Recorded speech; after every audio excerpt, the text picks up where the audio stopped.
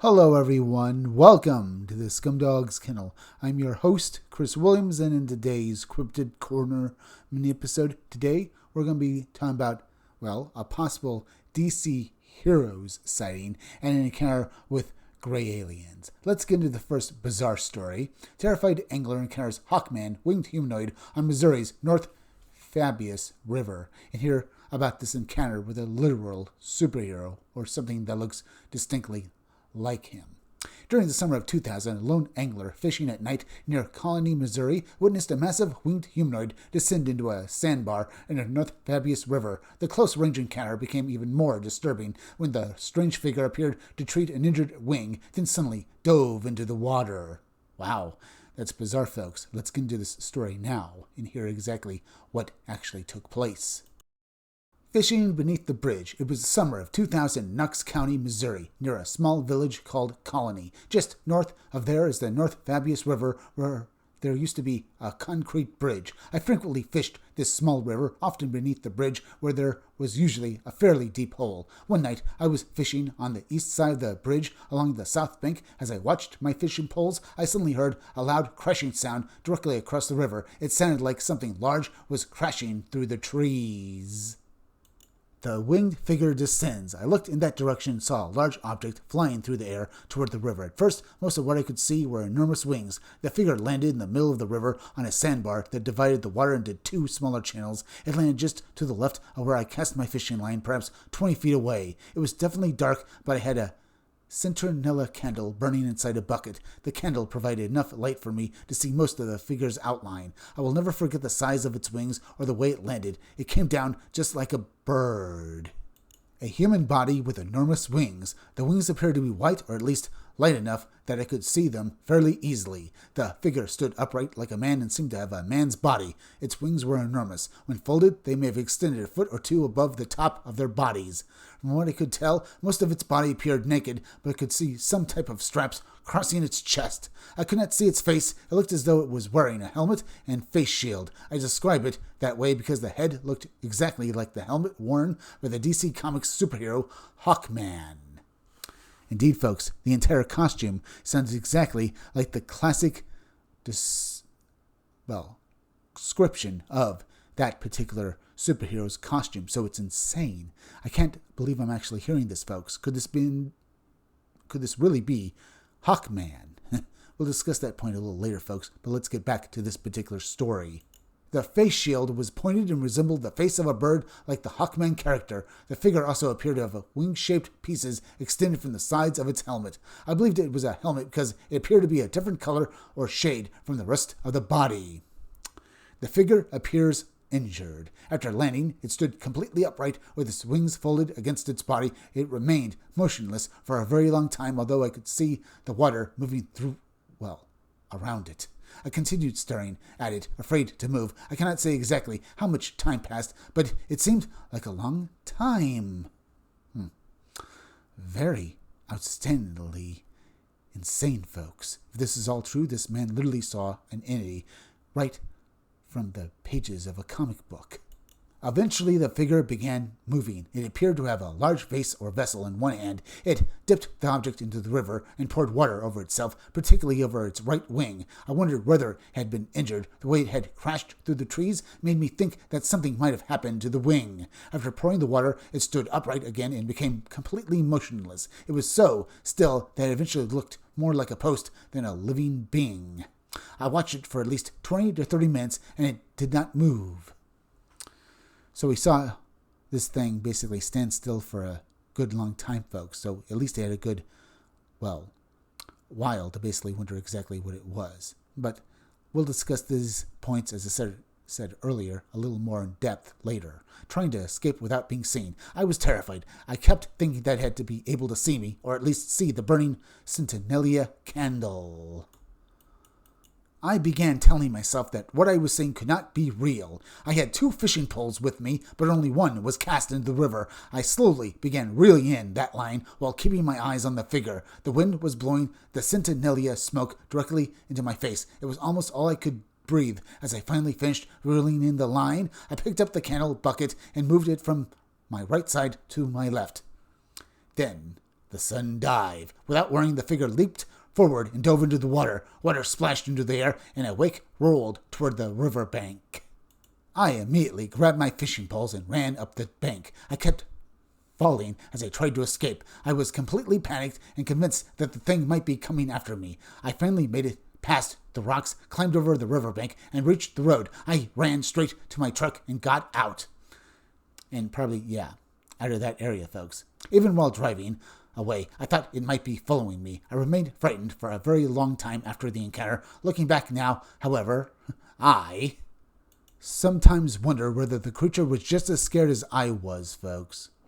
Now, I don't know anything about that, folks, and I'll, leave off on basically, talking about its frame of mind until after I discuss this theory here, folks. It could be that what this man saw was some sort of tulpa or illusion that basically made him think it looked like Hawkman. There's a possibility, too, that he misidentified some sort of bird here, folks, because it was bird-like. But the fact that it sounded so much like literally a guy in a Hawkman costume makes me think that perhaps he saw some sort of outfit, much like a Glimmerman, but instead of basically looking like the Predator, it made this entity look like Hawkman, because this guy knew what Hawkman was, which means this guy was probably more read up on DC superheroes than most people out there right now. I'm thinking that maybe it took the form of Hawkman as a camouflage because its true form was something else, either some guy in some sort of costume that basically uses people's mental images of things that basically camouflage itself, some sort of, image-inducing apparatus, folks, that takes memories and thoughts from people's heads and projects them as some sort of holographic illusion. Or maybe it was a actual tulpa, or maybe even the real Hawkman, folks. Maybe these beings actually exist, like how people say Superman actually exists. But then again, that goes with basically the tulpa theory, folks. But maybe somehow these entities do exist somewhere out there. Either way, a truly out there story, folks. And the frame of mind this entity was in, perhaps it really was just as scared of being seen by this man as the man himself who witnessed it, folks. And this is why it dove away, frightening the man and causing both of them to leap away and run away as fast as possible, folks. Now, it could also be that we're not seeing the total picture here, folks, that there's more to this story. But until more information comes out, all I can do is just speculate about the actual meaning of it all. Either way, it's just one incredibly bizarre story, folks. The next one, though, is going to be basically maybe just as strange. It's titled Detroit, Michigan Abduction, 4 Tall Gray Aliens, Telepathic Control, and Missing Time. Let's get into this abduction account. A Detroit, Michigan witness recalls awakening during the night to find 4 unusually tall gray entities standing around the bed. The terrifying encounter reportedly involved telepathic communication, an apparent energy barrier, a medical procedure, and a sudden transition to morning that felt as though only a second had passed. That sounds like a lot of abduction encounters where there's missing time, folks, where people basically just literally find themselves several hours into the future and being unable to account for what really happened. But let's read the actual account now. Witness report. I previously left a comment about this experience on your YouTube channel and have also spoken about it online. I do not remember the exact date, but I believe the experience occurred sometime between 2015 and 2017. I was in my early 20s and temporarily living with my grandmother and my brother, who was around the same age as me.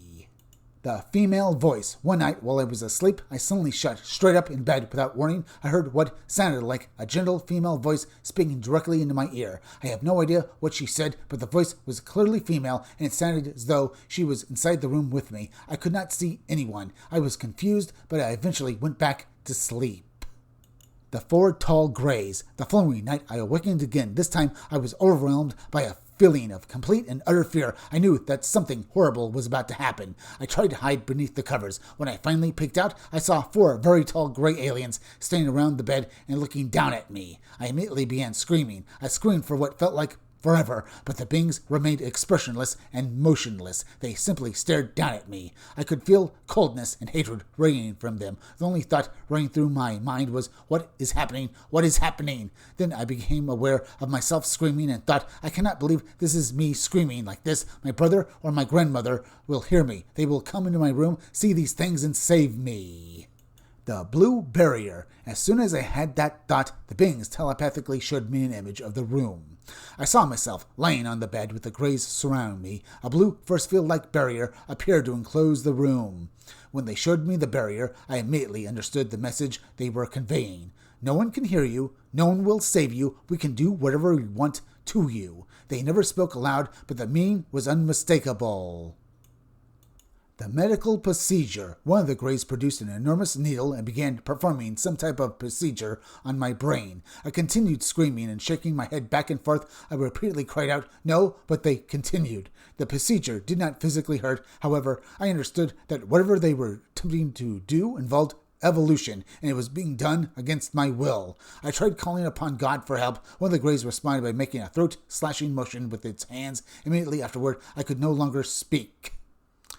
Now, in a lot of, abduction accounts, folks, people call on the name of God and these entities depart.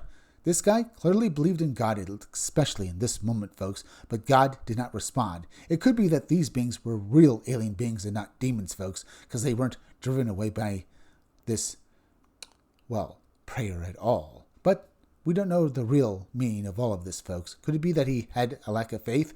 I kind of have my doubts because he certainly seemed to have reason to have faith in that moment. But it's still an insane story so far, folks. So let's read the rest of it now and then discuss what we've learned about today. Praying in silence. Since I could not speak, I began praying as intensely as I could in my mind. I could feel that my praying angered them. They wanted me to stop, but they could not prevent me from continuing. As I prayed, I felt myself becoming stronger. Then I began to feel weaker again. Everything suddenly blinked. It was morning, and I was alone in my bedroom. It felt as though only a single second had passed, but I still remembered everything that had happened. What my grandmother heard. I went to my grandmother and asked whether she had heard me screaming during the night. She said she had heard me make a yelping sound, but she assumed I was reacting to the thunderstorm. Until she told me, I had no idea it had rained that night. This was a true experience, and I think about it every day. One of the Greys had crouched down close to me and stared directly into my eyes. I felt as though it was scanning my soul. The beings did not speak aloud. They communicated telepathically, and I believed I could sense their emotions. After conducting extensive research, I began to consider another possibility. I now wonder whether military personnel could have been responsible for the experience and made it appear as though aliens were involved. It could be, folks. It's been speculated before that that's exactly what's going on. I mean, it would explain why these beings weren't driven off by this man praying, because maybe they weren't demons. Maybe they weren't aliens. If aliens can basically be affected by prayer. But I have my doubts about that, folks. I think there's a possibility, and I do believe this, that some experiences with aliens are demons. But I think others are not. I think there are definitely other things besides what we believe in religion that exists in this, world, on this world exactly. As well as maybe even under it, and basically maybe even beside it in some other dimension, as well as in the universe itself, folks, that are far beyond anything we can imagine. But I do believe demons and God exist as well. But these beings, folks, could they have been, men in costumes, making this witness, this experiencer believe that he was being abducted and experimented on? Maybe that's why they were getting angry, because they didn't like being called demons, or basically having this man pray at them. Though I have no idea how they would know what he was thinking about here, folks, unless they somehow could read his mind, perhaps through some sort of technology. But, as I said, it's insane. It could be that he, at least on some level, made up parts of it, folks, that he basically could sense their emotions. It could be that what he was sensing and seeing and hearing were basically maybe actual military personnel who are basically drugging him with some sort of, medicine, a new medicine, and using some sort of mental techniques on him. And he got the impression that they weren't in a happy mood with him praying at them, because he might have been thinking that he can't talk, but in reality, they were manipulating his mind with some sort of, MK Ultra style technique and drugs that were affecting him. That's just me, folks. Anyway, we're at the end, so please go subscribe to my YouTube channel, Read Comics They're Bad For You. You can use the YouTube link down below in the descriptions or the chat to go subscribe me. hit that like button for me. Make sure you're still subscribed. Leave some comments down below. Hit that bell for notifications. Make sure hit the part of the bell that'll give you all future notifications, and please share this video out. I'm Chris Williams from the Scumdogs Kennel. Thank you all for joining me. I'll be back again tomorrow with another great video, so be sure to come back again then. Until next time, folks, I'll see you all again soon.